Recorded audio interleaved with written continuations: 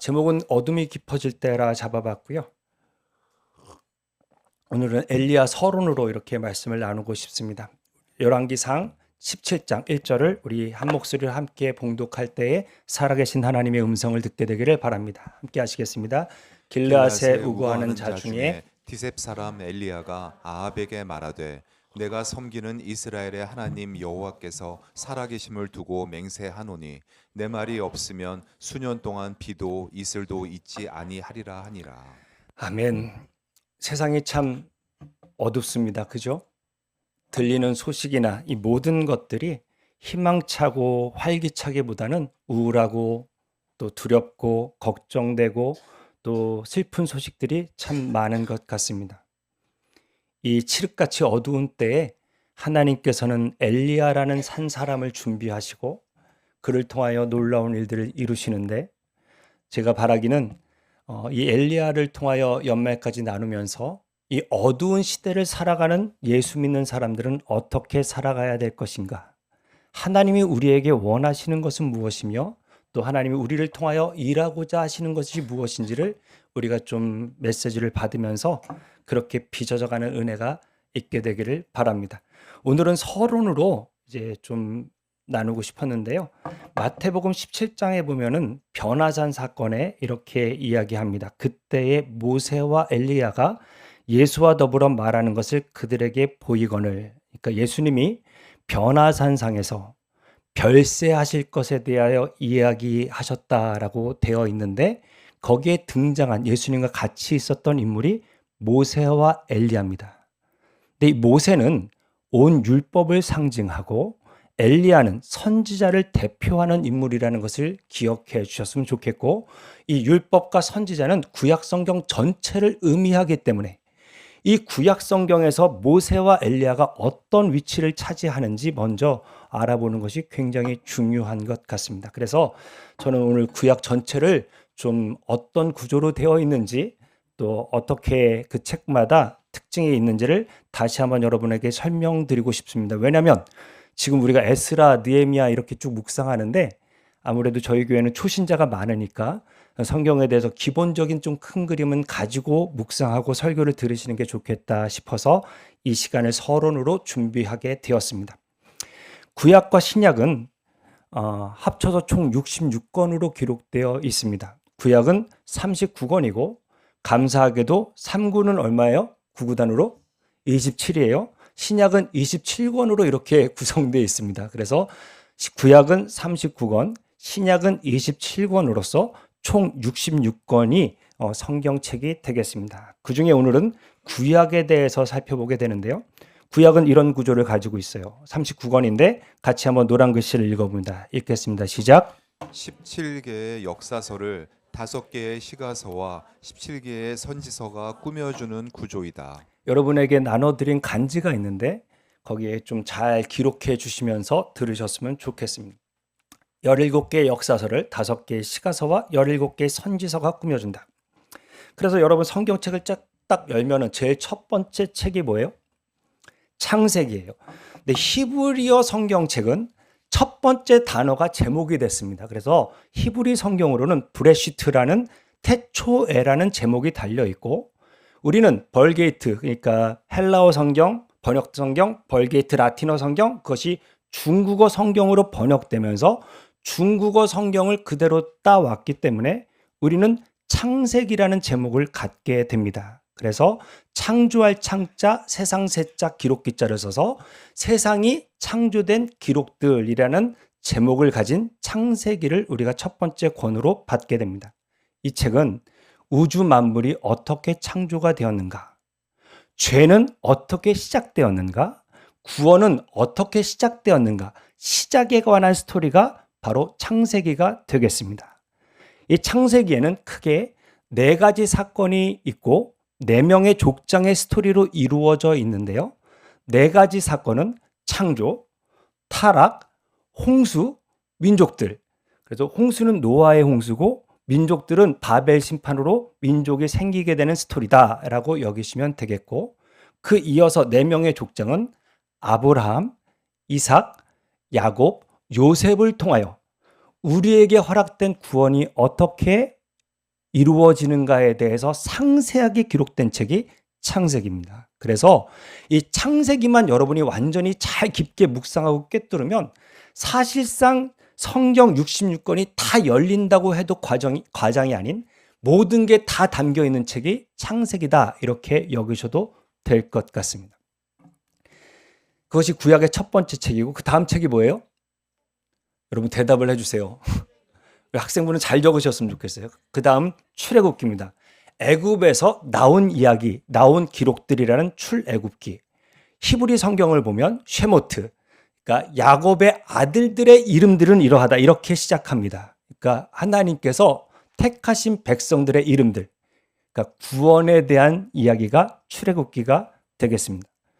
출애굽기는 애굽에서 어떻게 건짐을 받았는가, 우리가 어떻게 구원을 받았는가를 물어보면서 유월절의 은혜와 홍해의 권능으로 구원받았다라고 소개합니다. 우리도 어린 양의 피로 사망의 권세를 깨트리는 권능으로 구원받은 줄로 믿습니다. 그 후반부에는 어떻게 구원받았는가, 다음엔 왜 구원받았는가에 대해서 말씀하고 있습니다. 우리가 구원받은 이유가 뭐예요? 하나님의 제사장 나라로 삼기 위해서, 왕 같은 제사장의 나라로 삼기 위하여 우리를 구원하셨다. 그러니까 웨스트민스터 표현으로 하나님을 영화롭게 하고 하나님을 즐거워하기 위해서 우리는 구원받았다라는 것을 기억하시는 저와 여러분 되기를 바랍니다. 그 다음 책이 뭐예요? 바이크라라는 부르셨다라는 제목이 달려있는 히브리어에서, 그래 하나님이 죄인을 우리를 부르셨다는 것이죠. 그리고 레위의 뜻은 연합입니다. 그러니까 하나님이 우리와 연합하신다는 것이죠. 죄인은 우리가 하나님과 연합하기 위해서는 피가 필요하다, 이것이 5제사입니다. 죄인은 우리가 하나님과 연합하여 동행하기 위해서는 거룩이 필요하다, 이것이 7절기입니다. 레위는 연합하다, 하나님과 우리가 연합하다라는 뜻을 가지고 있고, 연합의 자리로 우리를 부르셨을 때 나올 때는 죄인이 하나님께 나오기 위해서는 피가 필요하고, 죄인이 하나님과 동행하기 위해서는 거룩이 필요하다는 이야기를 하는 책이 레위기가 되겠습니다. 그래서 레위기는 5제사 7절기에 대한 이야기입니다. 그 다음 책이 뭐예요? 그 다음 책은 민수기입니다. 히브리어로 베미드바르, 광야에서라는 뜻을 가지고 있습니다. 이 책은 구원받고 나서 구원 직후에 시내산에서 백성의 숫자를 세웠다 해서 백성 민자 숫자 기록기자를 써서 백성의 숫자를 기록한 책이 민수기입니다. 구원받은 출애굽에서 나오고 나서 그 직후에 시내 평지에서 계수해서 백성의 숫자를 기록했고, 이 계수함을 받은 사람들은 다 광야에서 죽고 두 사람만 약속의 땅에 들어가죠. 두 사람이 누구예요? 여호수아와 갈렙입니다. 그래서 광야에서 다 불순종하고 죽고, 그 다음 약속의 땅으로 들어가기 바로 직전에 다시 한번 백성의 숫자를 셉니다. 이것이 모압 평지에서 백성의 숫자를 세서 기록했다. 그래서 1차 인구조사, 2차 인구조사를 한 책이 뭐다? 이것이 영어로는 넘버스, 숫자라는 뜻이 있고, 백성민 숫자수 기록기자, 백성의 숫자를 기록한 책, 이것이 민수기가 되겠습니다. 원래 히브리어 원어 제목은 뭐다? 광야에서입니다. 광야는 하나님의 메가폰입니다. 말씀이 잘 들리는 곳입니다. 그 다음 책이 뭐예요? 신명기입니다. 그러니까 1차 인구조사한 사람들이 그대로 약속의 땅에 들어갔으면 이 책은 없을 수도 있을 것 같습니다. 근데 여호수아와 갈렙 외에는 다 광야에서 죽었으니까 광야에서 태어난 뉴 제네레이션을 향하여 모세의 유언과 같은 설교. 그러니까 신명기는 신신당부하다 할 때 신자, 제차 신자, 두 번째 신자가 있고, 율법 명자 기록기자를 써서 두 번째 율법이라는 뜻이 있습니다. 그리고 모압 평지에서 두 번째 인구조사를 받은 신세대들에게 모세의 유언과 같은 설교, 하나님을 기억하라. 하나님께 순종하라. 순종하면 복을, 불순종하면 저주를 받는 것을 분명히 깨달아라. 이렇게 세 편의 설교를 한 책이 뭐다? 이것이 신명기가 되겠습니다. 두 번째 율법. 여기까지가 모세오경입니다. 그 다음 책이 뭐예요? 여호수아입니다. 구원이라는 이름의 뜻을 갖고 있고 약속의 땅에서 어떻게 정복했는가, 어떻게 정착했는가, 정복과 정착에 관한 책입니다. 민수기와는 정반대 책입니다. 어떻게 불순종해서 약속의 땅을 못 누리고 그렇게 쓰러져 갔는가. 여호수아는 어떻게 순종해서 하나님이 약속하신 그 땅을 취하고 누리고 이렇게 살아갔는가에 대한 스토리가 여호수아가 되겠습니다. 여호수아가 죽으면서 이렇게 얘기하죠. 나와 내 집은 여호와만 섬기겠다. 그랬더니 이스라엘 백성들이 어떻게 해요? 우리도 섬기겠습니다 라고 결단했지만 그렇게 되지 않았습니다. 약속의 땅에 들어가서 그들은 하나님을 떠나고 그 다음에 우상을 숭배하게 되는 영적인 어둠에 빠지게 됩니다. 그 어둠에 빠져서 부르짖을 때마다 하나님은 한 사람을 택하셔서 온 민족을 구원하시는데 이것을 히브리어로 쇼페트, 재판관의 뜻이 있는, 그래서 영어로는 저지라고 할 수 있고 우리는 선비사자와 스승사자를 써서 사사기라고 표현하는 책이 등장합니다. 이 사사기는 이렇게 대표적인 구절을 가지고 있죠. 그때는 왕이 없으므로 각각 자기 소견에 옳은 대로 행하였더라. 그러니까 요즘 세대죠. 다 크리에이터니까. 다 지 맘대로 살기를 원하니까. 그래서 어두워졌다 아닙니까? 악순환을 하게 됩니다. 평안하면 죄를 짓고, 죄를 지면 하나님이 징계하시고, 징계하면 회개하고 부르짖고, 부르짖으면 또 사사를 통하여 살려주십니다. 살려주시면 평안이 오고 그 다음 또 죄를 짓고, 죄를 지면 징계하시고, 징계하면 회개하고, 징계를 받으면 회개하고, 회개하면 또 부르짖고 7번의 악순환을 하는데 7번 이후에는 그렇게 두들겨 맞아도 회개하지 않습니다. 그래서 사사기 시대는 악순환 영적인 어둠의 시대다라고 보시면 되겠습니다. 그렇게 어두운 시대에 하나님의 대조법으로 사용하신 한 여인이 있었는데 이 사람의 이름은 룻입니다. 회복이라는 뜻이 있고 동반자라는 뜻이 있습니다. 우리 시어머니들이 제일 좋아하시죠, 룻기를. 그래서 우리 며느리가 이런 며느리가 됐으면 얼마나 좋을까 이런 바람이 있으시지만 여러분 그 며느리는 시어머니 조춘 게 아니에요. 하나님을 붙들었지. 어머니의 하나님이 나의 하나님이요. 어머니의 백성이 나의 백성이다. 우리 룻은 하나님을 붙들었습니다. 아멘이십니까? 어느 여인이에요? 모압 여인이에요. 모압과 암몬은 영원히 이스라엘의 총회에 들어올 수 없는 은혜 밖에 있는 사람입니다. 남자가 아니라 여인이라 그랬습니다. 부자예요, 가난해요? 가난해요. 그러니까 우리 사람의 눈으로 볼 때 도저히 소망이 없는 비참한 인생이 룻이라는 여자였습니다. 이 사람이 어떻게 존귀해졌어요? 하나님 한 분을 붙들어서 존귀해졌어요. 어디까지 존귀해졌어요? 나중에 보아스를 만나서 결혼했는데 둘이 결혼해서 오벳을 낳고 오벳은 이새를 낳고 이새는 다윗 왕을 낳으니라. 그러니까 예수님의 족보에 올릴 정도로 그렇게 존귀해졌다라고 이야기하시면서 하나님이 원하시는 게 뭐예요? 이스라엘 이것들아 좀 봐라 좀. 룻을 봐라 좀. 하나님 한 분 붙들어서 얼마나 존귀해졌는지 좀 봐라. 어떻게 선민인 너희들이 이렇게까지 나를 무시하고 이렇게 나를 버릴 수가 있느냐라는 대조법으로서 하나님께서 사용하신 책이 룻기가 되겠습니다. 룻기 다음 책이 뭐예요? 사무엘입니다. 사무엘은 하나님이 들어주셨다라는 뜻이 있습니다. 뭘 들어주셨어요? 한나의 간절한 기도를 들어주셨어요. 그리고 사무엘서는 사무엘, 사울, 다윗 이 사람의 스토리로 되어 있습니다. 그 다음 책이 뭐예요? 무라크, 왕들이라는 뜻이 있는 열왕기서입니다. 원래 히브리 성경은 사무엘 한 책이고 또 열왕기 한 책인데 이게 헬라어로 번역되면서 너무 길어져 버리니까 이게 사무엘 알파, 사무엘 베타 이렇게 나뉘게 됐고 그것이 우리 성경의 사무엘 상, 사무엘 하로 이렇게 나누어졌다라고 보시면 되겠습니다. 사무엘의 주제는 뭐예요? 이것도 대비예요. 뭘 대비했어요? 사울과 다윗을 대비했습니다. 사울은 베냐민 지파 군부의 핵심이고 그 중에서도 유력한 가정인 기스 가문에 키가 다른 사람보다 머리 하나가 더 크고 왕감인 외모를 가진 데다가 정말로 모든 걸 갖춘 사람, 그 사람이 사울이었습니다. 근데 그 사람에게는 하나님이 없었어요.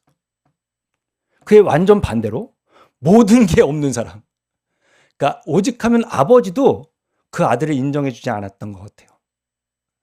그래서 자기 아들 중에 기름 부음이 있는 그 자리에도 넌 가서 양 쳐라. 넌 아니다. 이렇게 아버지가 얘기해 줬던 한 사람. 성경에 보면은 많은 양이라는 표현이 전혀 없고 몇 양이라는 양 쳤다는 얘기마다 몇 양이라는 a few라고 달려 있습니다. 그러니까 양을 쳐도 대단한 양을 친 게 아니라 정말 양 몇 마리 쳤던 그 사람. 아무것도 없는데 하나님 한 분을 사랑했던 한 사람의 이름이 뭐예요? 다윗입니다. 사무엘의 주제는 하나님을 존귀히 대하는 사람을 하나님은 존귀히 여길 것이고 하나님을 경멸하는 사람을 내가 경멸하리라는 스토리를 사울과 다윗을 완전히 대비하면서 우리에게 가르쳐 주시는 것이 이 사무엘의 주제였습니다. 그 다음 열왕기상 열왕기하는 솔로몬과 열왕들의 이야기입니다. 그래서 남과 북이 솔로몬 아들 때에 나뉘게 되고 얼마나 약속의 땅에서 하나님을 거역하고 하나님을 배반하는 스토리로 나아갔는가가 이제 열왕기서에 등장하고 있습니다. 동시대이지만 약간 관점을 다르게 해서 드바르 하야밈이라는 그 시대에 대한 말씀들, 우리 한어 성경에는 지나갈 역자 시대대자를 써서 지나간 시대의 기록들이라는 제목을 가지고 있는 역대기입니다. 역대기도 한 책으로 되어 있었는데요. 이것은 사무엘 상하, 열왕기 상하와 좀 관점이 다릅니다. 위에 있는 사무엘과 열왕기는 왕궁 중심으로 누가 왕이냐에 대한 관심이 있었다면 이 역대기는 철저하게 성전 중심입니다. 그래서 예배가 살아있고 제사가 살아있고 성전이 튼튼할 때 어떻게 하나님이 이 민족을 축복해 주셨는지를 봐라 라고 계속해서 해설적 관점으로 권면하는 책이 역대기가 되겠습니다. 역대기는 여러분 다윗이 실수한 장면을 눈을 씻고 찾아봐도 없습니다. 눈을 씻고 찾아봐도 북이스라엘에 대한 얘기는 없습니다. 잠깐 언급할 수는 있겠으나 메인이 남유다 다윗 왕조입니다. 여러분 희한하죠? 북이스라엘은 19명의 왕이 9번의 왕조를 바꿔가면서 그렇게 등장하지만 선한 왕이 하나도 없었고 남유다는 역성혁명이라고 생각할 수 있는 왕이 2번은 살해를 당했는데도 계속 그 다윗 왕가가 이어지고 있고 이것은 하나님의 언약에 기인하다라는 것을 역대기에서는 놓치지 않고 그 얘기를 하고 있습니다. 그 다음 결국은 하나님이 참고 참으시지만 오래 참으시지는 않으세요. 아니, 제가 잘못했습니다. 오래 참으시지만 영원히 참지는 않으세요. 그래서 결국은 북이스라엘과 남유다가 차례로 멸망하고 포로 70년 동안 바벨론에 끌려가게 됩니다. 근데 이 70년은 여러분 기준이 내가 언제 사로잡혀가고 언제 돌아오고 이 얘기가 아니에요. 586년에 솔로몬 성전이 완전히 회파된 그 해와 스룹바벨 성전이 완전히 완공된 516년, 요 차이가 70년이란 말입니다. 그래서 우리는 바벨론에 70년 동안 사로잡혀갔다 하지만 그 기준은 성전의 무너짐과 성전이 세워짐 여기까지가 70년 기간이었다라는 것을 기억해 주셨으면 좋겠고 그렇게 돌아왔을 때 어떤 일이 있었는가가 지금 우리가 묵상하는 에스라서입니다. 에스라는 하나님이 도우셨다라는 이름의 뜻을 가지고 있고 백성의 믿음을 세운 책이다. 믿음. 그 다음 책은 뭐예요? 느헤미야예요. 느헤미야는 보이는 성벽을 세운 사람입니다.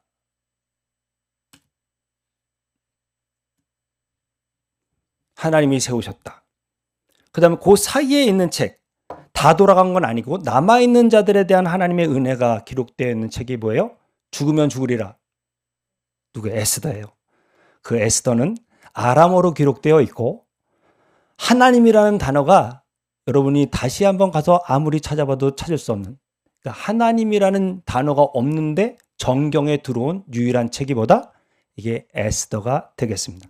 여기까지가 17개의 역사서이며 창조주이시며 구속주이신 우리 하나님께서 어떻게 당신의 구원을 이루어 가는가, 구속사에 대한 스토리다라고 기억하시면 되겠습니다. 역사서는 창조주 하나님께서 당신의 구원을 이루어 가시는 구속사를 주관하시는 스토리다. 그 다음에 그 역사에 대한 인간의 반응을 이야기하는 책이 5가지의 시입니다. 역사에 대한 인간의 반응과 노래. 시가서는 시로 되어 있습니다. 우리가 읽기에는 산문으로 되어 있는데 자세히 히브리 원어를 보면 시로 되어 있습니다. 창세기 시대까지 거슬러 올라간다고 추정하는 박해받는, 미움받는 자라는 뜻의 욥이 있습니다.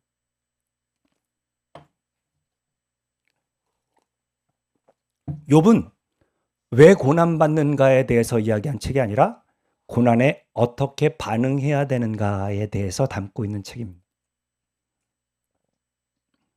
그리고 그 고난에 대한 이해가 있는 사람이, 하나님을 고난을 통하여 알게 된 사람이 가슴을 터뜨리며 부르는 찬송의 모음, 테힐림, 이것이 시편이 되겠습니다. 그러니까 여러분, 욥기를 통과하지 않고서는 진짜 시편이 뭘 노래하는지를 우리가 이해하기가 어렵습니다. 하나님의 하나님 되심과 그분의 인자와 자비를 노래한 찬양들의 모음, 시의 모음, 그것이 시편이다. 다윗이 3분의 2 이상 이렇게 하나님 앞에 올려드린 찬송의 모음, 이것이 테힐림, 이제 찬송이 되겠다, 시편이 되겠다 보시면 되겠고, 그의 아들이 3편의 시가서를 기록합니다. 그의 아들이 누구예요? 솔로몬입니다. 최전성기 젊은 때에 지혜의 말씀들을 모았습니다. 이것이 뭐예요? 이것이 뮤실레이, 그러니까 지혜의 말씀들이라는 뜻이 있고, 중국어에서는 바늘잠 말씀원, 바늘같이 짧지만 영혼을 팍팍 찔러서 깨우는 잠언이라고 번역된 짧은 구절이지만 우리의 영혼을 힘주고 지혜롭게 하는 그 말씀들의 모임, 이게 뭐예요? 잠언입니다. 그리고 솔로몬이 이제 늙어서 인생을 돌아보면서 설교의 모음집을 냈는데, 이것이 설교, 코헬레트라는 설교의 모음, 이런 뜻을 가지고 있는 전도서가 되겠습니다. 그러니까 전도서는 전도하는 책이 아니라 사실상 도를 가르치는 책이다. 헛되고 헛되고 헛되고 헛되니 모든 것이 헛되도다. 이러면 불교와 같은 거요. 여러분, 그런데 이 헛된 인생 속에서 젊은 사람들, 청년들아, 너희 창조주를 기억하라 하면서 이 인생의 의미를 창조주와의 관계와 그분의 섭리 가운데 찾아내는 책이 뭐다? 이것이 전도서가 되겠습니다. 그 다음 제목은 한글은 중국어 성경을 번역했으니까 맑을 아자 노래 가자를 써서 아가서라고 표현했는데, 원문은 쉬르 하시르, 그러니까 노래 중에 노래다라는 뜻을 가지고 있으며, 이 노래책은 솔로몬과 술람미 여인의 아름다운 사랑의 노래를 통하여 신랑 되신 예수님과 신부된 교회의 정말 친밀하고 아름다운 사랑을 노래한 책이다라고 여기시면 되겠습니다. 맑을 노래 같자. 그래서 노래 중에 노래. 시가서는 뭐라고요? 역사를 통하여 경험한 하나님의 사랑을 노래한 책이다. 지혜를 노래한 책이다.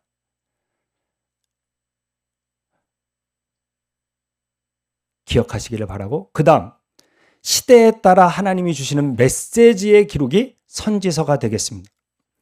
시대와 대상에 따라서 이제 조금은 나눌 수 있겠는데요. 먼저 포로 70년보다 앞에 있잖아요. 포로 전 북이스라엘을 향한 하나님의 심판과 회복의 메시지. 요세푸스나 헤로도토스의 기록에 보면 아시리아가 북이스라엘을 멸망시킨 다음에 사마리아에 있는 사람들을 죽창에 꽂아서 높이 든 다음 누나를 뽑아서 가로등을 삼았다라고 기록이 있습니다. 얼마나 잔인하게 짓밟았을까요? 여러분, 죽창을 찔리면 비명이 터져 나옵니다. 그래서 호세아랑 아모스는 북이스라엘을 향한 심판과 회복의 메시지예요. 호세아, 구원이라는 뜻이고 아모스, 짐을 진 자라는 뜻인데, 선지서의 이름의 뜻과 선지서의 메시지가 많이 연관이 있으니까 잘 기억해 주셨으면 좋겠고, 놓치신 분은 집에 가서 한 번 더 들으셨으면 좋겠어요. 그래서 북이스라엘을 향한 심판과 회복의 메시지는, 포로전 북이스라엘을 향한 심판과 회복의 메시지는 호세아모스는 포로전 북이스라엘을 향한 하나님의 심판과 회복의 메시지다. 그 다음 남유다는 바벨론이라는 나라에게 멸망하는데요. 멸망하는데 그냥 쉽게 멸망한 게 아니라 정말 굶어 죽임을 당했습니다. 완전히 예루살렘을 포위해서 안에 있는 사람 다 굶겨 죽였어요. 그래서 여러분 기록에 보시면 오늘은 내 아이를 잡아먹고 내일은 네 아이를 잡아먹자라고 할 정도로 비참했다. 그 비참한 지경에 시달리는 사람들, 힘이 있었을까요? 없었을까요? 활기찼을까요? 피곤했을까요? 우리 대한민국 피곤한 사람들이 사랑하는 에너지 드링크가 있잖아요. 뭐예요, 여러분? 전 약국집 아들이라 이런 거 되게 좋아해요. 바카스이에요는 남유다를 향한, 포로전 남유다를 향한 하나님의 심판과 회복의 메시지입니다. 예레미야는 하나님이 세우셨다. 하박국 하나님이 안아주신다. 미가 누가 하나님과 같으랴. 스바냐 하나님이 감춰주셨다. 보호해주셨다. 이사야 하나님은 구원이시다. 에이카라는 어찌하여라는 그 첫 단어로 시작하는데 레멘테이션, 통곡이라는 뜻이 있습니다. 선왕이었던 요시아가 무깃도에서 전사하고 나서 아마 예레미야 선지자가 눈물로써 기록한 책이 아마 예레미야 애가가 아닐까 싶습니다. 요엘은 하나님은 하나님이시다라는 뜻을 가지고 있는 요 7개의 선지서는 포로전 남유다를 향한 하나님의 심판과 회복의 메시지다라고 보시면 되겠습니다.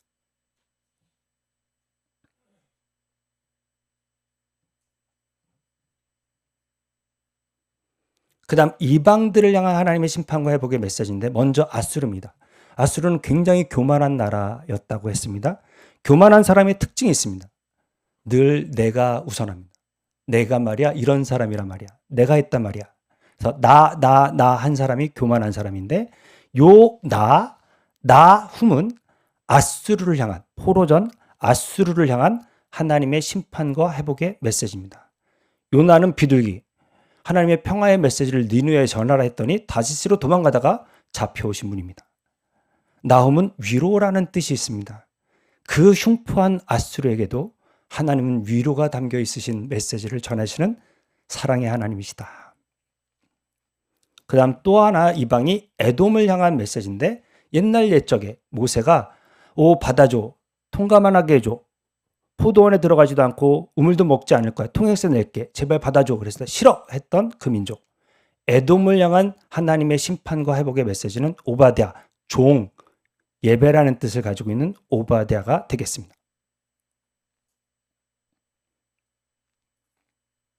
오바댜는 포로전 에돔 백성을 향한 하나님의 심판과 회복의 메시지입니다. 포로 중 유다 백성을 향해, 포로는 힘이 있을까요? 없을까요?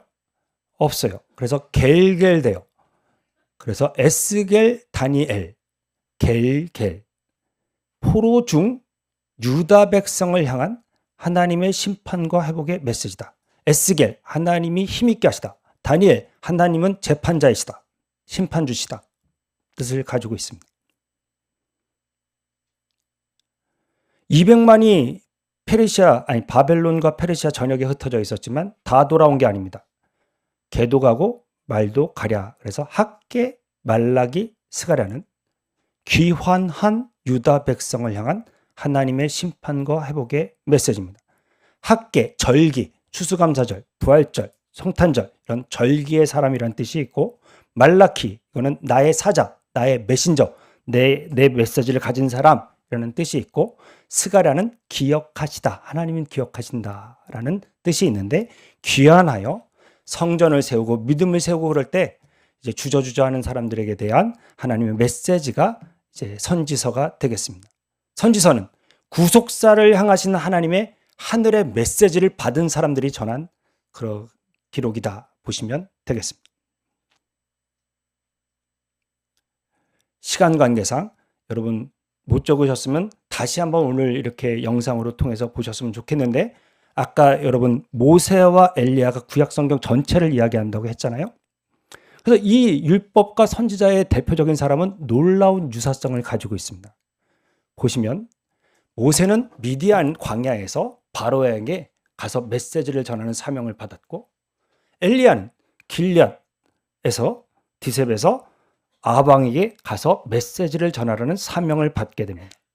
한쪽은 40년 광야길을, 한쪽은 40일 광야길을 다시 되짚어가면서 놀랍도록 동일한 그런 하나님의 인도하심을 경험하게 되고, 모세는 하나님을 직접 대면하죠. 시내산 바위 틈, 거기서 율법을 받게 되는 그 놀라운 대표성을 가지고 있고, 엘리야는 역시 40일 백해서 출애굽한 과정 그 길을 그대로 돌아가서 그 다음에 그곳 굴 호렙산은 시내산과 동일한 명칭입니다. 그러니까 똑같은 산이에요. 거기 그곳 굴 정관사가 붙었기 때문에 아마 성경에 그 전에 미리 얘기한 곳이다라고 우리에게 알려주는 정해진 곳 찾아보니까 모세가 하나님 만난 그곳밖에 없어서 그곳 굴이라고 표현한 이 표현은 선지자 대표로서 엘리야도 호렙산에서 하나님을 만났다라는 것을 강조하는 성경의 기법이라고 여겨집니다. 광야에서 만나로 먹이신 하나님의 은혜를 경험했고, 그리시네가에서 까마귀로 먹이시는 하나님을 경험합니다. 그리고 둘 다 하나님 여기까지입니다, 제 생명을 취해 주십시오라는 절망을 통과했습니다. 구약의 스토리는 뭐예요? 결국 절망입니다. 어떤 절망? 안 되는구나. 율법도 안 되는구나. 하나님의 말씀도 안 되는구나. 야, 그렇게 비참하게 끌려가서 70년 동안 포로 생활하고 돌아왔으면 좀 달라져야 되는 거 아니야? 똑같이 이방원하고 또 끌려가기 전이랑 똑같아져 버렸구나. 안 되는구나. 구약 전체가 인간은 안 되는구나. 그런데 이 안 되는 우리를 하나님은 포기하지 않으시고 정말 하나님은 끝까지 사랑하사 당신의 아들을 주시고야만은, 아니 주실 수밖에 없는 은혜의 하나님이시구나. 예수님은 오셔야만 했고, 아니 오실 수밖에 없었다. 왜? 우리는 구원받을 조건이 전혀 없는, 은혜 밖에는 자랑할 게 없는 비참한 존재이 분명하구나. 이것이 구약 전체의 메시지다. 그래서 모세도 엘리야도 절망 속에서 낭망하고 하나님 저는 안 됩니다 라고 고백할 수밖에 없었다는 게 구약 전체의 메시지인 것을 우리 사랑하는 성도님들은 다 꼭 기억해 주셨으면 좋겠습니다. 우리 서진이가 합격의 영광을 가지고 하나님께 감사하라고 교회에 나와서 예배를 저녁 기도에 온 가족이 이렇게 참여했습니다. 본인이 저한테 이렇게 얘기했습니다. 하나님, 아니 목사님, 하나님은 진짜 살아계세요. 이런 얘기 해도 되는지 모르지만 수능 날은 온 가족이 우울했답니다. 근데 하루 만에 정말 감사와 찬송으로 하나님이 바꿔주셨습니다. 제 이 긴 이야기를 왜 했냐? 서진아, 아마 1년도 지나기 전에 학교가 너무 멀어요. 1교시가 힘들어요. 전철이 너무 막혀요. 너무 붐벼요. 그럴 거라고. 안 돼요, 여러분. 우리는 그렇게 하나님이 살아계셨다고, 그렇게 감사하다고 얼마나 갈 것 같으세요? 우리에게 소망이 전혀 없어. 주님이 오셔야만 해요. 우리는 그 은혜를 입은 사람들이지, 은혜 없이 내가 똑똑하고 내가 복음을 받을 만하고 내가 자격이 있고 내가 능력이 있어서 예수 믿은 사람이 아니라는 구약 내내의 이야기를, 여러분 그 중요한 메시지를 놓치지 않으셨으면 좋겠어요. 이 세상에 발붙이고 살아있다. 그렇다면 전 두 가지로 정리하고 싶습니다. 첫째, 하나님이 맡기신 사명이 아직 남았다. 둘째, 아직까지 천국 갈 정도로 훌륭하지 않다. 이 은혜를 입고도, 그렇게 십자가의 은혜를 누리고도 다른 사람을 판단하고 정죄하고 비난하고, 이 은혜를 입고도 이 이웃을 품어내질 못해요. 이 용서함을 받고도 나한테 조금 잘못한 사람을 용서하지를 못해요. 여러분, 예배를 왜 드리느냐? 이 영적인 건망증을 다시 회복하는 순간입니다. 아, 내가 지금 괜찮은 사람 같지만 주님이 나를 위하여 죽으실 수 있는 방법밖에는 없었던 사람이지. 난 답이 없었던 사람이지. 내가 이렇게 주님의 은혜로 용서함을 받았는데 뭐 그렇게 그것 가지고 서운해하나? 이걸 하나 내가 못 품어내나? 아, 나는 왜 요거밖에 안 되나? 또 확인하시고, 그럼에도 불구하고 내게 은혜를 주사 또 용서하는 자리까지 나를 빚어내시고 나를 성숙시키시고 나를 다듬어 가실 그 주님을 기대할 수 있는 은혜가 예배 때마다 임하기를 축복합니다. 여러분, 모세와 엘리야를 시작하기 전에 왜 낙심해요? 아니, 율법을 가지고 왔는데도 백성이 이래요. 여러분, 850대 1에 맞짱을 떴어요. 이제 엘리야는 이제 다 됐다. 이제 하나님의 영광이 드러나겠지. 근데 안 돼요. 근데 그 처절한 절망과 낭망을 통과하고 비로소 진정한 소망, 우리는 예수밖에 없습니다. 나는 예수밖에 없습니다. 그 구원에 대한 초대와 아, 주님, 저는 주님밖에 없습니다 라고 고백하는 그 자리까지 우리를 인도하시는 하나님의 사랑을 놓치지 않는 저와 여러분이 되기를 바랍니다. 오늘 좀 길었지만 이 메시지 같이 읽어봅니다. 읽겠습니다. 시작. 구원은 유일한 길은 오직 십자가 대속의 은혜입니다. 구원의 유일한 길은 오직 십자가 대속의 은혜입니다.